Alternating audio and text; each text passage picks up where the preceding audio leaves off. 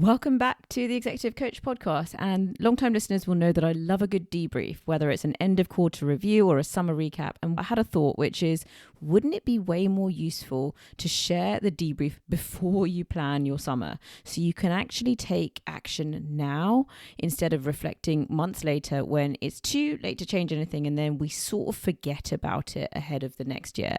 So last year I did a couple of deep dives into what made summer feel amazing, what I would tweak next time. One part was all about the hard landscape, the travel, the logistics, the key building blocks of a great summer. The other part was the easy wins, those small but mighty things that can make family life feel so much more smooth and more joyful. And it is often those tiny things that we can forget, but that can make all the difference.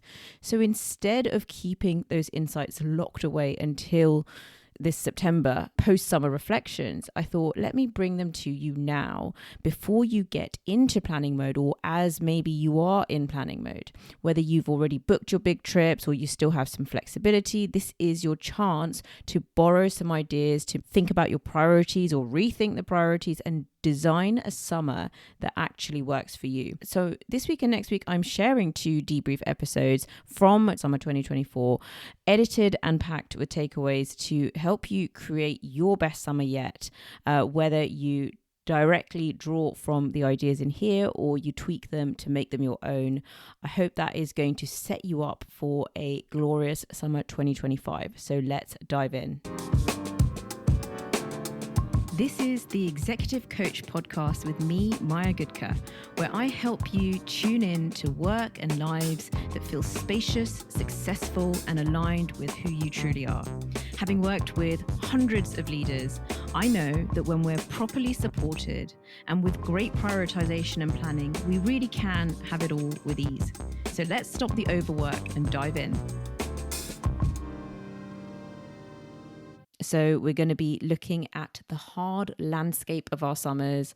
What were some of the major features? What our planning was like? Or what happened in terms of our work and our needle moving work? And then the activities that really made it feel like summer for us. I will be talking a fair bit about family and managing that mosaic that can be summer when you have kids. It can feel like quite a complex mosaic. So I wanted to kick off by thinking about what I am deciding to call the hard landscape of your summer. This might be travel or trips. It might be that you've booked a particular camp for your child in advance and that you've then scheduled other things around that. And especially when we're talking about that period of the school holiday, it's often those trips or those other major events or camps that become those harder features that we then plan around. So as some of those review and reflection questions, how did that hard landscape feel for you? Was the balance right of trips and other events that were scheduled in? Did it fill your cup and did it rejuvenate you? Did it work for your family? What was there maybe too much of, or what was there too little of that you would like more of next time? For example, travel has pros and cons. You may have managed to do loads of travel or not so much. And of course, it is a privilege to be able to travel, and it's not always possible to do so. But I do feel sometimes society just expects us to love travel, and the more travel, the longer the travel, the better. But what I do then hear under the surface when I catch up with people about their trips or their current stress state is that actually travel can, and trips and holidays can create quite a lot of stress. If the schedule has been packed very full, if that hard landscape is very full, then before you go, often working, needing to bunch things up before you go and then catch up afterwards. And that stuff is real. You know, once you kind of dig beneath the surface, people will tell you about that stuff. And it can take its toll, and it can mean that as well as the chunk of time when we're away, there is a chunk before and a chunk afterwards where we're not in necessarily the groove that we wish to be in. So, and the other part is that there's also just that disorientation that can come with lots of packing and unpacking, especially when you have kids.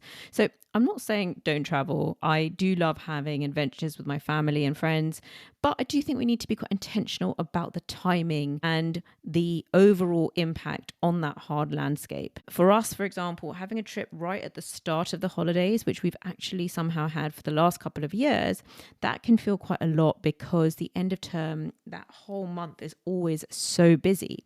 And so as part of this review, it's something that I'm noting that if at all possible, it would be something that I might want to avoid because, a year on, you can kind of forget some of these things, but that the culmination of a super busy month and then going away can all feel quite a lot.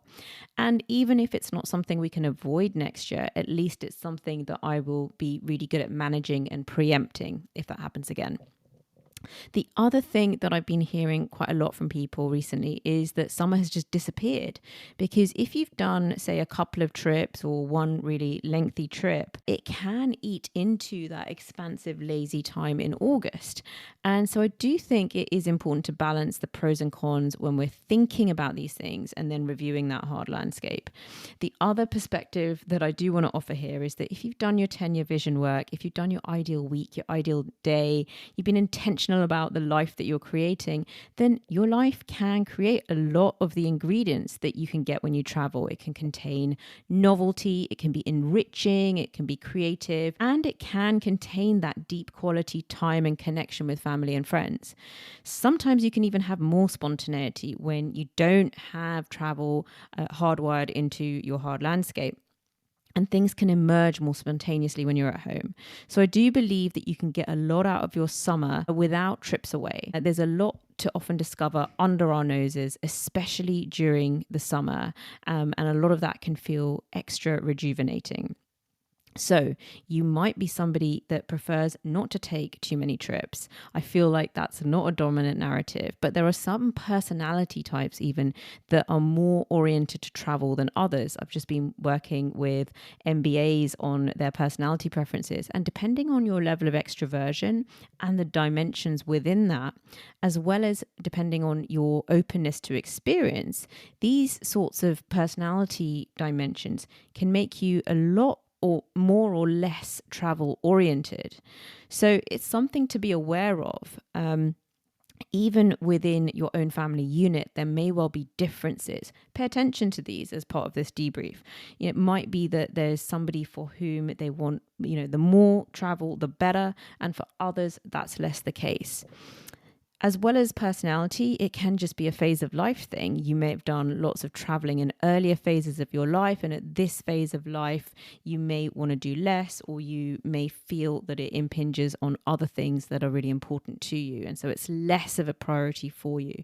Now, all these things are valid. I just don't know how much they are commonly discussed. So I think it's really important to put those on the table when you're then thinking about how you want that hard landscape to look for yourself. If you are one of those action people, super open to experience, love the novelty of travel, get itchy feet if you are in one place for too long, then, this might feel like a little bit irrelevant discussion to you.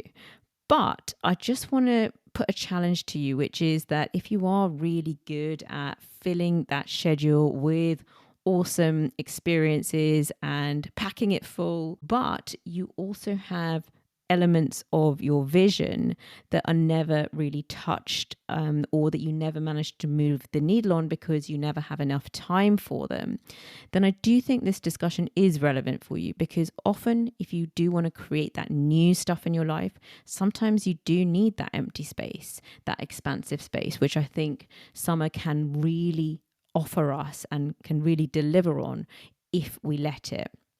And I'm going to be discussing a bit about that later when I talk about work and needle moving work.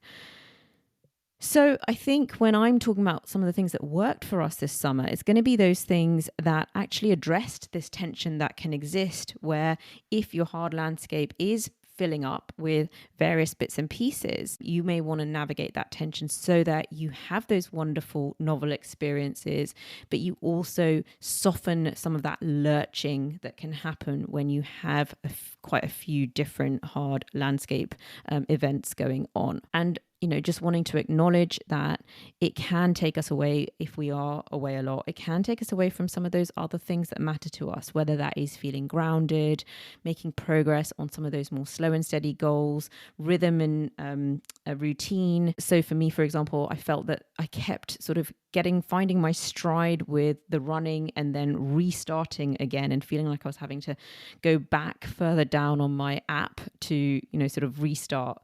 In our case this summer, it was what really worked for us, I think, was a bit of mix and match of short trips.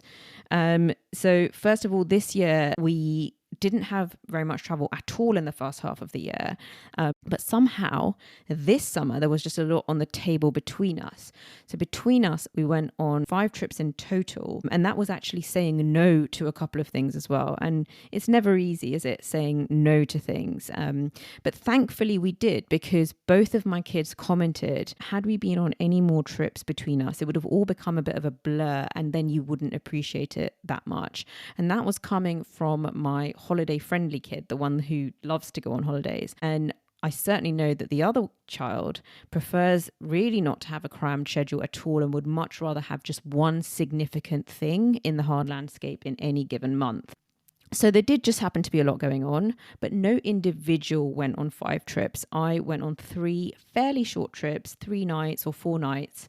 I could have happily just gone on 2, but it was the Olympics, so I made an exception for that. And what was nice about the mix and match was that one trip was me and my husband and some other couples. We went away as a family of 4, and that's when we went to the Olympics, and that felt like a real adventure together. Then we had extended family trips on both sides, as well as another friend's trip. And so all of this, because none of us were going on everything, it meant that we had a unique set of experiences, but everyone wasn't needing to go everywhere to everything. We weren't blocking what each other wanted to do. People were able to do those things that they really wanted to do, but we also had periods of time open up when we weren't on a trip. I had one of these periods of time open up, and that actually became really important for some of the needle moving work, which I will talk about in the next episode. So that's something that did work for us, that mix and match trips, different permutations and combinations of the family going away. And the other nice thing about the shorter trip, a 3-night or a 4-night trip, is that you feel like you really get a change of scenery. Sometimes you're away for a chunky 5 days, but it didn't feel like it ate into the entire summer. It would span over a weekend. It still felt like there was that expansive time in August that I find so important. It's why I do the August reset last month.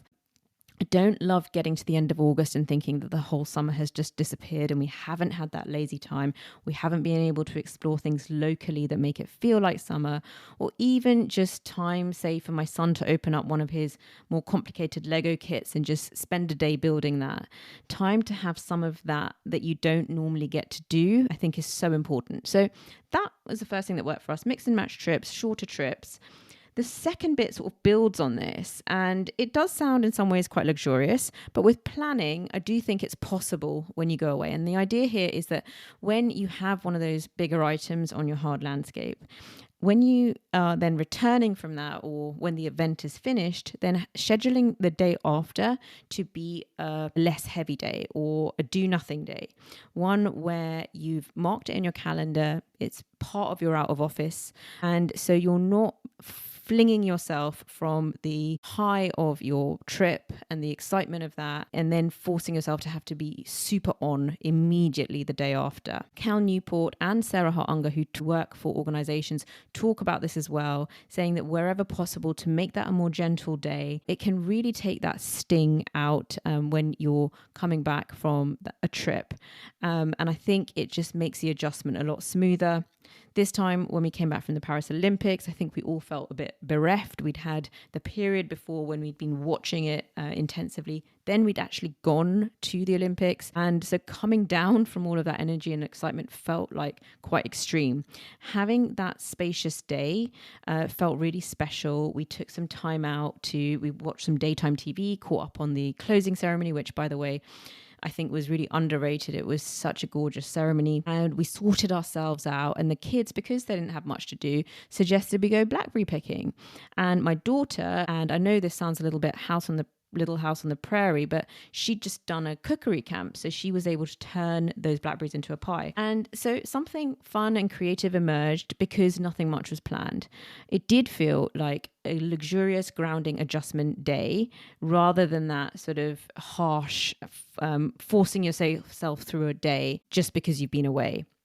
It sometimes feels like a bit of a penalty that you have to pay for being away, which I do think with a bit of forethought and management can be avoided. So it creates that buffer and it can make the whole experience a lot nicer. It can extend the holiday feeling. And yeah, I think that was the second thing that worked for us, is scheduling these do nothing days immediately after a trip. A couple of other things just to note that work for us in terms of the hard landscape and the travel. One was that the kids, I had sort of written them off from doing longer hikes with me because we'd had such bad experiences of taking them on walks, and the amount that they moaned before, it just didn't seem worth it. But with their cousins, they were so much more willing to do things that they wouldn't do with just their parents. So I think it's nice to sometimes be in those different contexts and then allow your kids to reacquaint themselves with an activity that they had perhaps written off before. They just seemed to be quite oblivious to the distance that we'd walked. It wasn't even the best weather, and I have to say I was so surprised. And I think it was because it wasn't their parents organising this; it was somebody else. So that was one nice thing. The other thing was that I think you get to hear a lot about what your kids actually learn in school when you go away to different places. It seems to light up different parts of their brain, and they feel to share something perhaps that they've learned in history or geography. So I always think that's a nice side effect as well.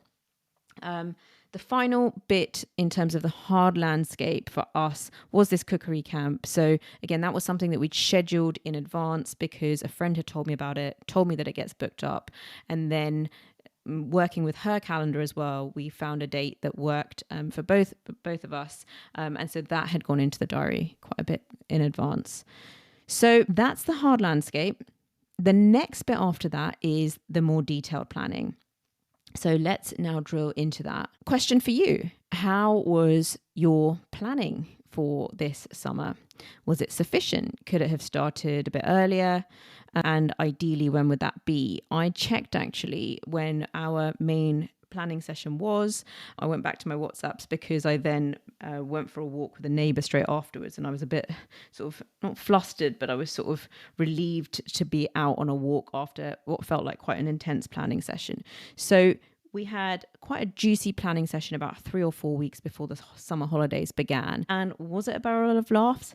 Absolutely not. We had to sort of methodically plan through week after week, really thrash out the logistics, how all the moving parts were going to fit together. And so it did take time, but really what it meant was that we got to work as a team in planning and managing the summer. The second thing that worked for us when it came to the planning piece, and this is something that Kendra Adachi talks about on the Lazy Genius podcast, she talks about deciding once. For things that are happening regularly in your life, trying to find an opportunity to make a decision about how that's going to work and then decide on it for once and for all so that you can reduce that decision fatigue, additional communication, and you can really then take what Sarah Hart Unger describes on her Best Laid Plans podcast. You can take vertical ownership for specific things. You basically own the entire thing. The other partner, they may be involved, but they're not holding that piece in their head. So in our case, one example of decide once is knowing which parent is the default parent at a particular time of day. Laura Vanderkam talks about this and says that if we can get more specific about who the default parent is, it actually gives each parent a lot more respite, because it's all very well and nice to say, oh, well, it's just a free-flowing thing. But actually, often what that means is it falls on the mum. Because if both parents are around, it can just default to the mum being in charge when this hasn't been clarified. I've experienced this myself. We'll both be there, but the kids will come to me because they know that I'm better at helping them find something. I'm more likely to know where it is.